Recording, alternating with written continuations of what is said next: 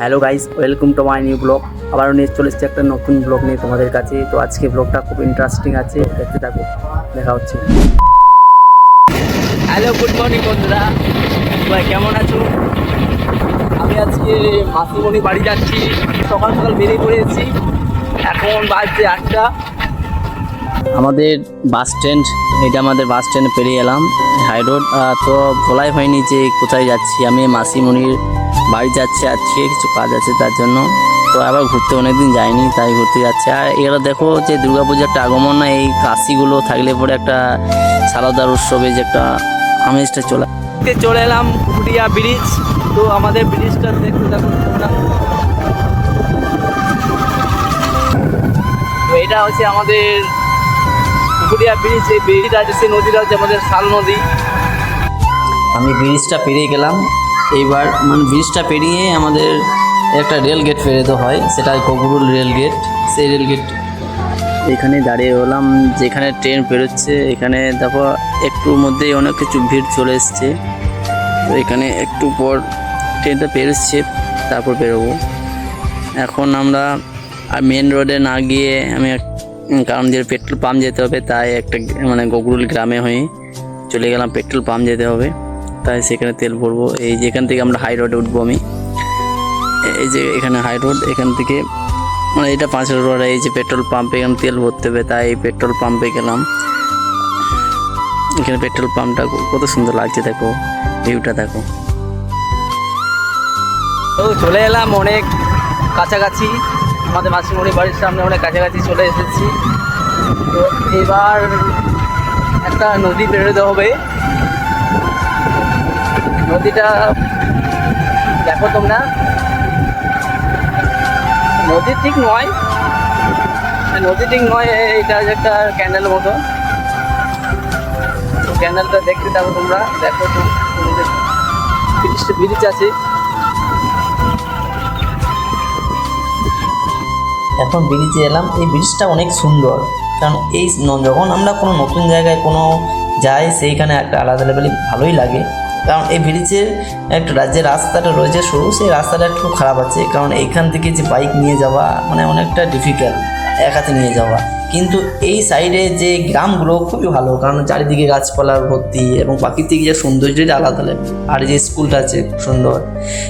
এখন আমি এই যে রাস্তাটা যাচ্ছি, এই রাস্তাটার নাম হচ্ছে জোবলাই। এখান থেকে জোবলাই খুব সামনে। তারপরে এটা হচ্ছে আমাদের যে বিখ্যাত যে মায়ের মন্দির, যে লোবা, অনেক সবাই নামও শুনেছে হয়তো।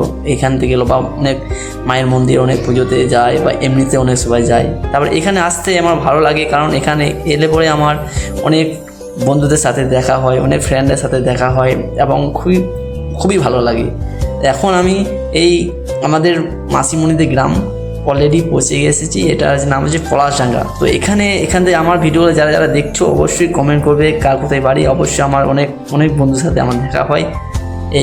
এই যে রাস্তাটা, এখান থেকে আমাদের মাসিমণি বাড়ি এবারে ঢুকবো। তো দেখতে থাকো তোমরা। তো হ্যালো বন্ধুরা, তো চলে এসেছি মাসিমণি বাড়ি। এই তো বসে আছি, রেস্ট করলাম। অনেক রোদ আজকে। যখন বাড়ি থেকে বেরোলাম তখন একদম মেঘলা আবহাওয়া, আর এখন চরম রোদ। তাই একটু ক্লান্ত হয়ে গেলাম, তাই একটু ফ্যানের মাথায় বসে আছি। বন্ধুরা, তোমাদেরকে আরও কিছু জিনিস দেখাবো আমি কি করলাম মাসিমণি বাড়িতে। তো এটা হচ্ছে একটা পেয়ারা গাছ। মানে পেয়ারা আমার অনেক প্রিয়, আমার অনেক ভালো লাগে। তাই যখনই আমি মাসিমণি বাড়ি আসি, তখনই আমি পেয়ারা গাছে চাপি এবং পেয়ারা খাই। এবং বদিও বললো যে পেয়ারা পাড়তে, তাই পেয়ারা পাড়তে হবে, তাই পেয়ারা পাড়তে গেলাম। তো এখানে আমি একটা লাঠি নিয়ে পেয়ারা পাড়ছি। অনেক সবাই পেয়ারা পেরেছো এইভাবে, তো লাঠিতে সেভাবে মানে পেয়ারা হচ্ছিল না পাড়া, তাই আমি গাছে চাপলাম। দেখো কত বড় বড় পেয়ারা।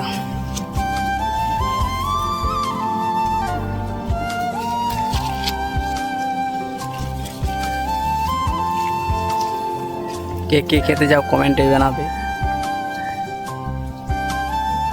তো এই আমার যে ব্লগটা কেমন হয়েছে, অনেক কিছু শ্যুট আমি করতে পারিনি, কারণ যেহেতু আমি একাই এসেছি, তাই একাই বাইক চালাতে শ্যুটটা করতে প্রবলেম হয়।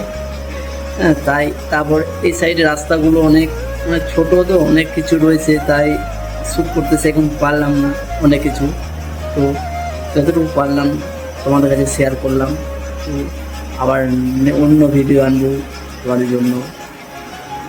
যারা যারা আমার নতুন আছো, আমার ভিডিও ভালো লাগে তারা অবশ্যই একটা লাইক, কমেন্ট এবং শেয়ার করতে ভুলবে না। পাশে থাকবে, নতুন নতুন নতুন ভিডিও যেন আগে পাও সেই জন্য আমার পেজটাকে ফলো করবে, পাশে থাকবে।